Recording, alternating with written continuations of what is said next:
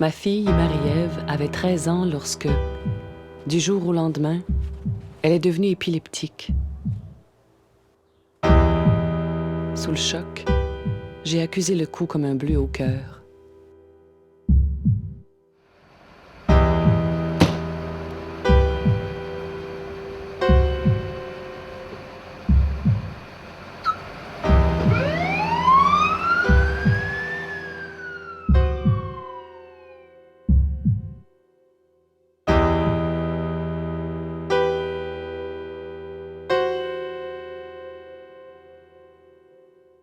Ça fait plus de 10 ans que nous vivons ce cauchemar au quotidien.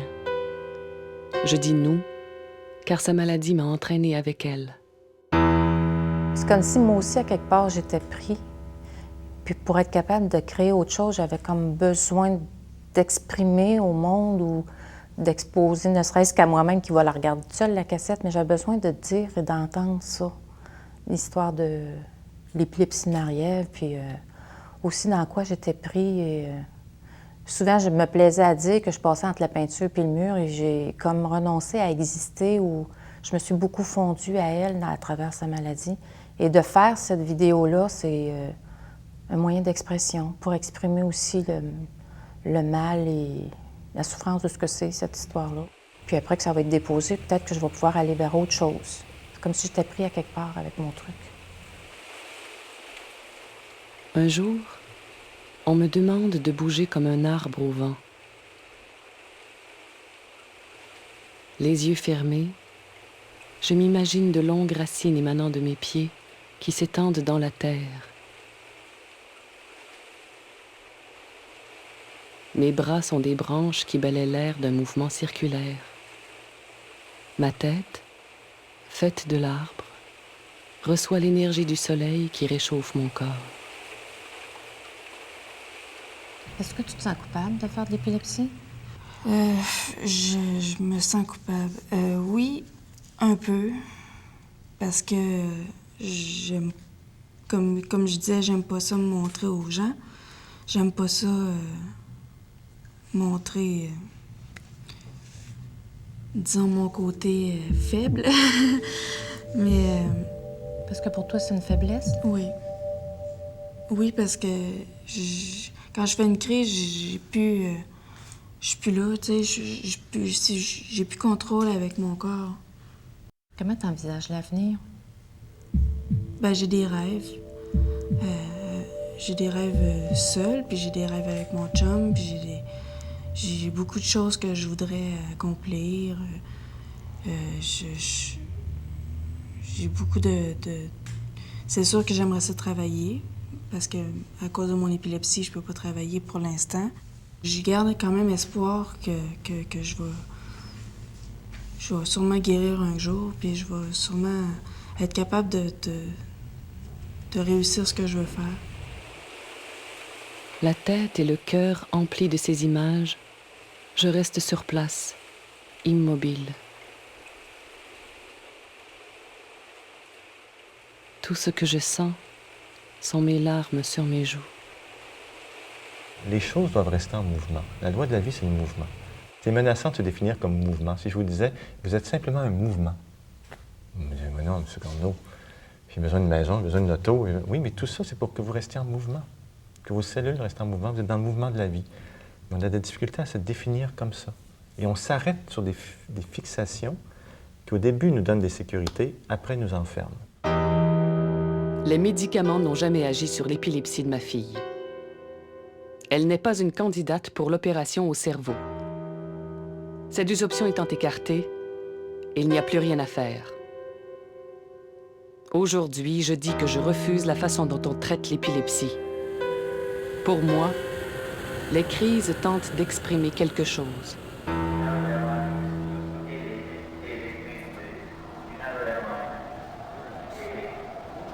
Est-ce que les émotions, selon vous, ont une part importante dans l'épilepsie?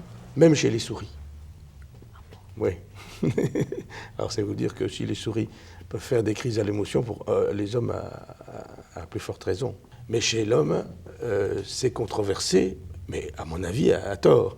C'est-à-dire qu'il y a des personnes dont on repère facilement qu'ils font des crises à l'émotion. Il arrive que la crise par elle-même, dans la forme qu'elle prend, suggère un sens. Mais c'est surtout par le contexte, c'est-à-dire à quel moment quelqu'un va entrer en crise, de quoi était-il en train de parler, à quoi pensait-il, que lui disait-on, que lisait-il. C'est-à-dire que s'il y a un sens dans le déclenchement des crises, il est plus à rechercher dans l'environnement de la crise que dans la crise elle-même. Je me sens comme un arbre en hiver. Prisonnière à l'intérieur de moi-même, j'écrase sous le poids de la vie. Le silence scelle la douleur qui m'habite. Crier ma peine. Couper mes chaînes. Mais comment?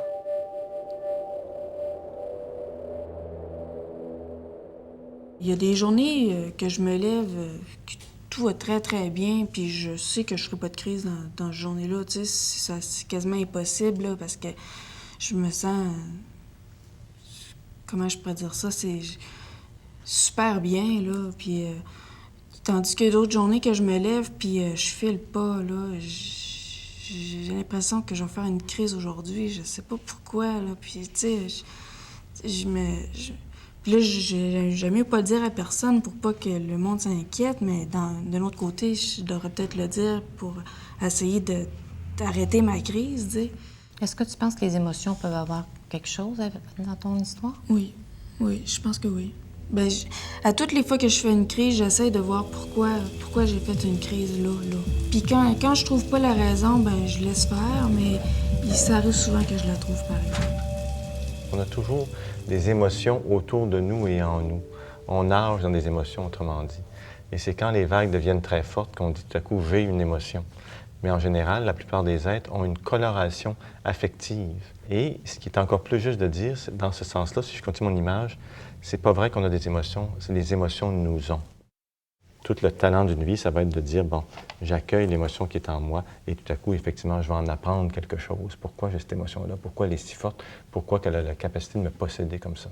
Bien sûr, la plupart des êtres répriment leurs émotions. Et ça veut dire qu'ils les refoulent, c'est-à-dire qu'ils les jettent dans l'inconscient, si vous voulez, parce qu'ils ont peur d'être perturbés par leurs émotions. L'épilepsie me terrorise. J'ai peur pour la vie de Marie-Ève. Je souffre de la voir souffrir et je me sens impuissante à pouvoir la guérir.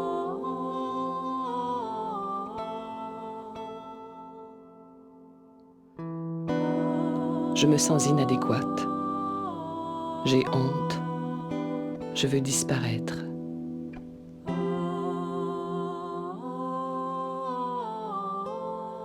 Piégée, je m'enferme en moi-même.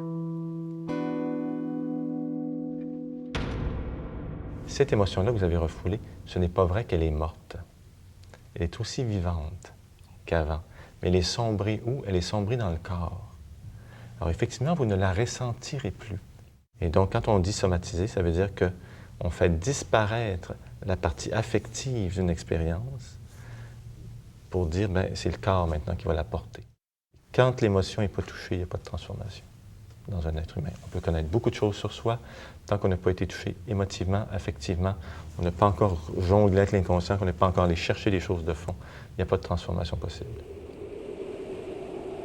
Déchirer le voile, perforer la membrane, enlever les masques qui m'empêchent de me sentir libre.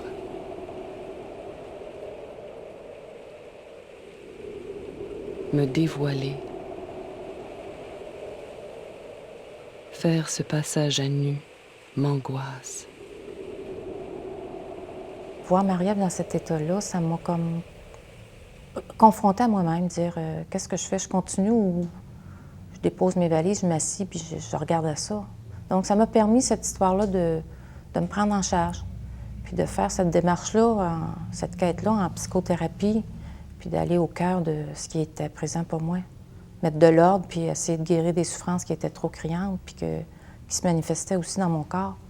J'étais pas capable de dire on va laisser faire la vie tout seul. Ça vient me chercher dans l'impuissance, je pourrais tout casser pour essayer de la sortir de là. C'est vraiment ça. L'impuissance, ça a été quelque chose d'insoutenable pour moi. L'émotion qui veut nous parler, la chose qui veut nous... le désespoir qui veut nous parler, la dépression qui veut nous parler, elle a son intelligence. Pour moi, la psychanalyse, c'est une quête de sens. Quelque chose qui arrive à l'individu et qui, pour lui, n'a pas de sens. On va tenter de se mettre à la recherche d'un sens ensemble. Disons, il y a une vingtaine d'années, j'ai commencé, en tant que médecin faisant des électroencéphalogrammes, à voir beaucoup d'épileptiques. Mais comme je suis par ailleurs psychiatre et psychanalyste, et que quand je vois les gens, je leur parle et je les écoute, je me suis aperçu qu'il y avait des points communs, très souvent, entre ces patients qui venaient me voir pour toute autre chose.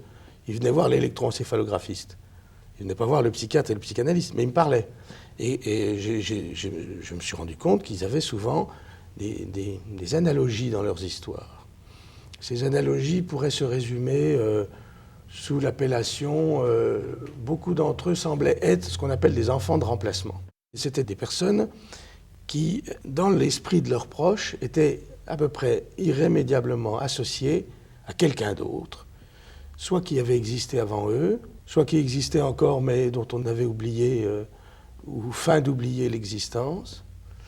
Donc, il y avait cette particularité. Et puis, il s'est trouvé que j'ai lu dans des articles où j'ai rencontré dans des congrès d'autres médecins que je ne connaissais pas auparavant et qui avaient fait des constatations analogues. Et on s'est aperçu que dans un nombre important des cas que nous soignons, c'est-à-dire pas les épileptiques qui, avec 2 cachets d'épakine, vont guérir et puis on n'en parle plus, mais des gens qui ont des crises rebelles, etc., qui viennent nous voir, eh bien on s'est aperçu que beaucoup avaient un mot barbare, je ne pourrais pas l'éviter, quelque chose qu'on peut désigner sous le nom d'identification inconsciente à un double. Un double soit mort, soit oublié, soit dont l'existence a été cachée. L'identification à un double, soit mort, soit oublié. Ces mots m'interpellent et me rejoignent au plus profond de mon être. Se pourrait-il que de vieilles histoires secrètes ou posthumes soient encore bien vivantes au cœur de nos vies? Se pourrait-il qu'inconsciemment, elles aient un impact et un lien sur l'épilepsie de ma fille? Quand dans l'esprit de la famille, un enfant est étroitement lié à quelqu'un qui a déjà existé, on a du mal à lui laisser avoir sa propre histoire. Puisque notre histoire, on la construit bien sûr à travers des identifications, des traits d'autrui qu'on prend puis qu'on s'approprie, d'autres qu'on rejette. On n'est jamais tout à fait pareil à sa mère ou à son père, mais on prend un petit bout de l'un, un petit bout de l'autre et on se fait son histoire personnelle. Mais quand il y a déjà quelqu'un qui a existé, dont le destin est scellé, il est très difficile d'avoir une liberté de se fabriquer soi-même avec les petits bouts. Petite fille, elle aimait bien se déguiser et danser le ballet.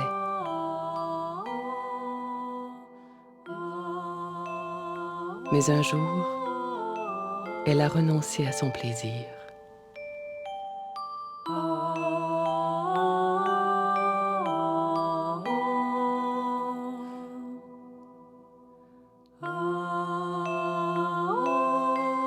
Les mécanismes de base qui sont créateurs deviennent des mécanismes qui nous enferment. C'est à ce moment-là qu'on se met à parler de dire qu'ils sont problématiques, qu'ils sont des difficultés.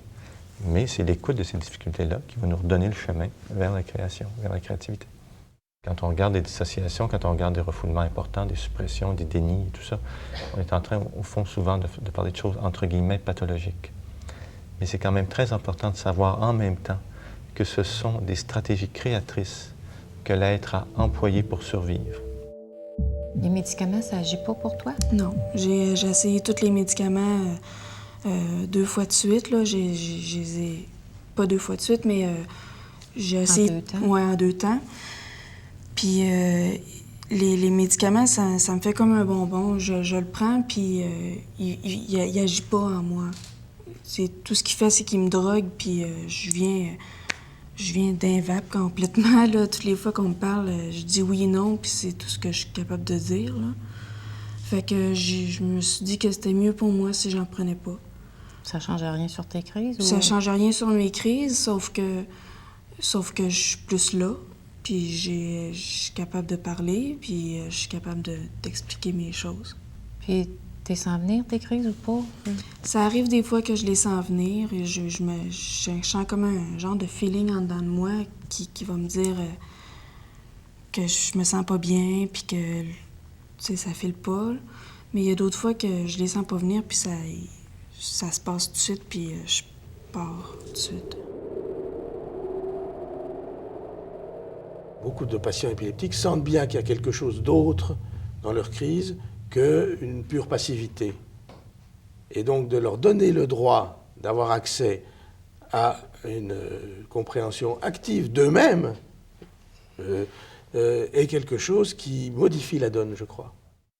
Quand quelqu'un vient dans un bureau de psychanalyste, chez un psychologue, chez un psychiatre, dans un groupe de travail, il n'est pas une personne souvent, il est une maladie. Il se prend pour une maladie.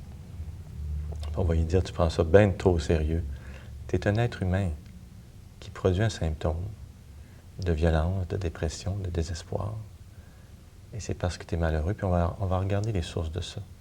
Et si tu retrouves goût à la vie, peut-être que le symptôme va disparaître, et peut-être qu'il va rester, mais il n'aura plus la capacité de te définir. Tu n'arriveras plus à dire je suis juste épilepsie ou je suis juste maladie exactement. ou je suis juste... C'est ça. Parce que vous aurez redécouvert vos capacités créatrices et vous saurez que vous dépassez largement cette définition-là. C'est un accident de parcours.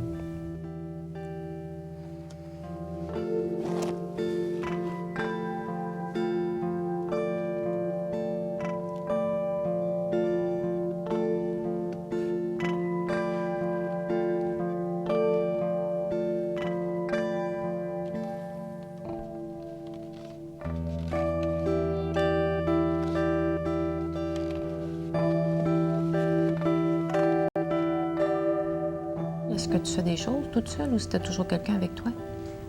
Ben, la plupart du temps, ça me prend quelqu'un avec moi, mais ça arrive des fois que je vais demander la permission à quelqu'un qui est avec moi comme à mon chum ou puis si ça serait possible que moi je vais juste aller au coin de la rue, je vais revenir, ce sera pas long, puis tu sais, fait que lui il regarde, bon, ça va me prendre à peu près 15 minutes, fait qu'il check 15 minutes, puis si après 15 minutes je suis pas revenue encore, ben il va venir voir.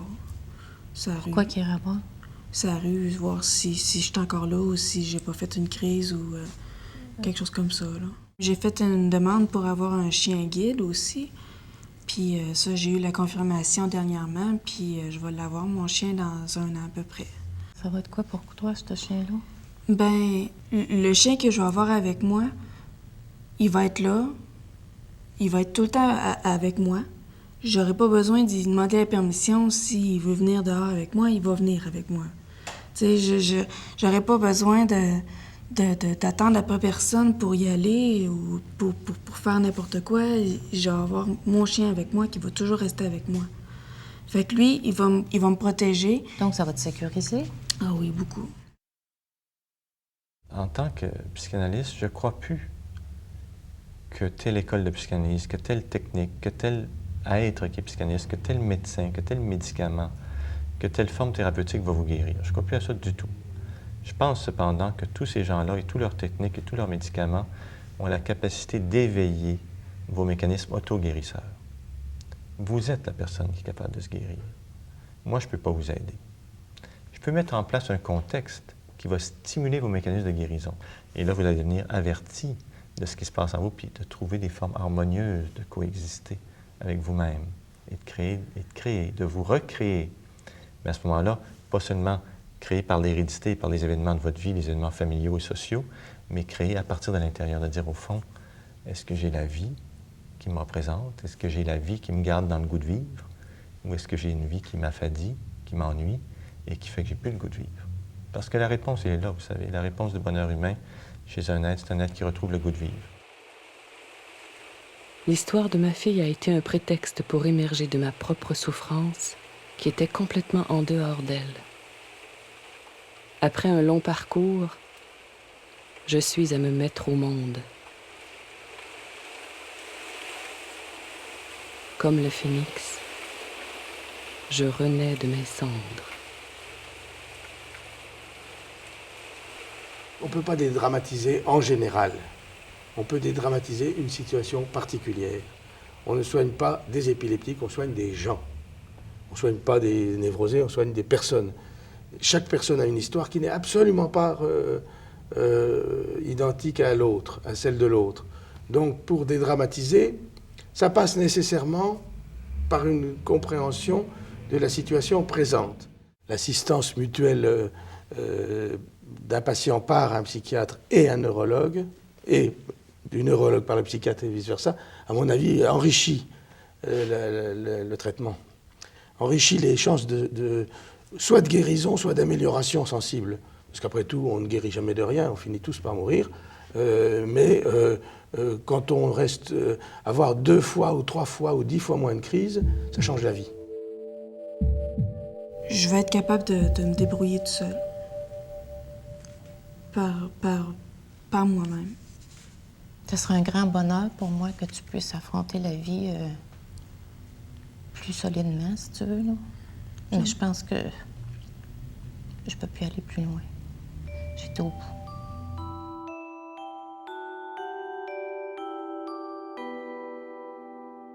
Je pense qu'on a fait pas mal ensemble.